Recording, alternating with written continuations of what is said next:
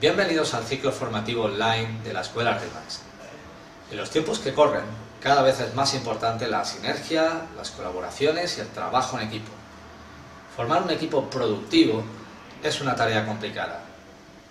En este vídeo, Brian Buffini nos da 4 principios básicos para la formación de equipos. What we're going to do is I'm going to give you some 40,000 feet stuff that are principles that I want you to chew on, concepts I want you to grasp. Here's the #1 principle I have. This is the best thing I've ever done in hiring people. I've had hundreds and hundreds of people work for me over the years, and here is my core philosophy.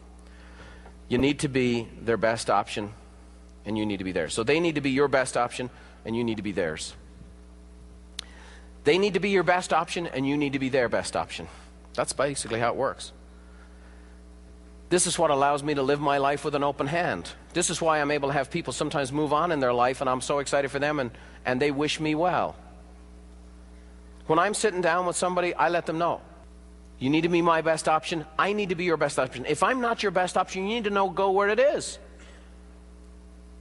This allows me to not have a fear of losing.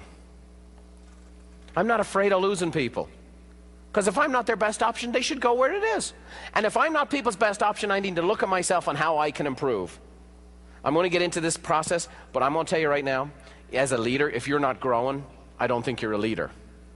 You can't be a leader and be stagnant. Next, principle #2, good people will sometimes leave. Good people will sometimes leave. Is that okay? If that's your expectation going in, I think you got a better chance. How many of you ever had somebody you poured a lot of time, energy, and effort into it, and when they left, you felt a little disappointed? Let me see your hands. This is why it needs to be appropriate economic model all the way along. This is why if I'm going to mentor an agent or apprentice an agent, I'm going to give them leads, I'm not going to give away the lead, give them all the commission, pour myself and give them all my time. I'm going to make it economically justifiable all the way. So sometimes good people are going to leave, and you need to be okay with that. It needs to be your expectation. Would you, if you were part of a team, would you eventually be the kind of person to go out on your own, yes or no? Does that make you bad? Does that make you unloyal? Unappreciative? Look what I've done for these guys. Sometimes you're going to find one of you, and sometimes they're just meant to go free. Have that open hand. Come at it from that place. Have an appropriate business relationship. Hang on a second, you know all these leads, they stay in my database. And you fix that up what? Up front. Is this making sense? #3, don't keep the projects. Don't keep the projects. Hire people, not projects. I'm the kind of person in my profile, one of my profiles is I'm a refiner. I like to improve things, and I love fixer-uppers. I love fixer-upper real estate. I love all those shows where they take over a junky house and turn it. It just gets my juices flowing. I love taking fixer-upper realtors and coaching them up. The average agent, when they come to us, is at about $41,000 in revenue, $192 grand. That's a fixer-upper. But you can't keep project people. Okay? You can't keep hobby people. Hire people that have, yeah, they can have the potential, but they have to have achieved.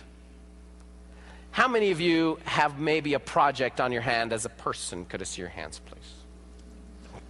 Here's my tip. Get a hobby on the weekends. Woodwork, painting, golf. There's a great game. You'll never get perfected at that. Go do something that you can have that outlet, but don't keep the project people. Because here's what happens.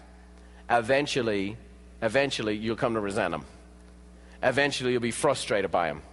Eventually you'll be exasperated by them, and they will drain your energy. And oh, by the way, eventually maybe I'm not cut out to help people. Maybe I'm not cut out to be a team leader. Maybe I should just go back to selling houses by myself and forget this whole team nonsense. Why? Not because you don't have the skills, because you got a doggone project who's sucking the life out of you. Are you guys with me? And every day you go home, I got nothing left. And then your family member's like, hey, how you doing? Oh, leave me alone. A little close to home there, okay. Principle #4, lead by example.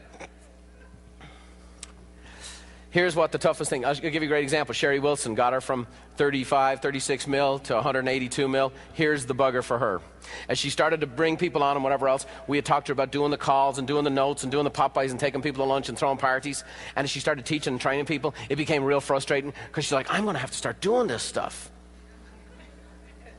I'm going to have to start working this system because I'm expecting them to work. I have to send out notes now? I didn't sign on for that. I want to be the boss. Don't expect to have a bunch of on-fire buyer's agents if they see you sitting in the office all day long without talking to clients. Lead by example. I believe this. I have 6 children. I'm not an expert on parenting. I've learned a few things. For example, there's a different skill set bringing a child into this world than raising one. I've learned that. But I know this. Here's what I've learned in 15 years of raising my 6 kids. Kids don't listen to what you say. They're too busy watching what you do. It's interesting. My kids, I couldn't get them to be readers while I was watching ESPN. They had to see me reading books. Now, I'm not saying to patronize your team by saying they're all like children. I'm not saying to patronize them. But I would tell you this. There are some of the skills as a parent that are very, very helpful as a leader and as a team leader. Okay? Very, very helpful.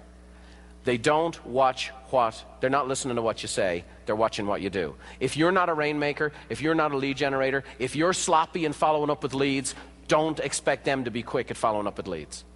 Yes, here's the bugger on being a leader. You're held to a higher level of accountability than what you hold anyone else to. That is the biggest challenge.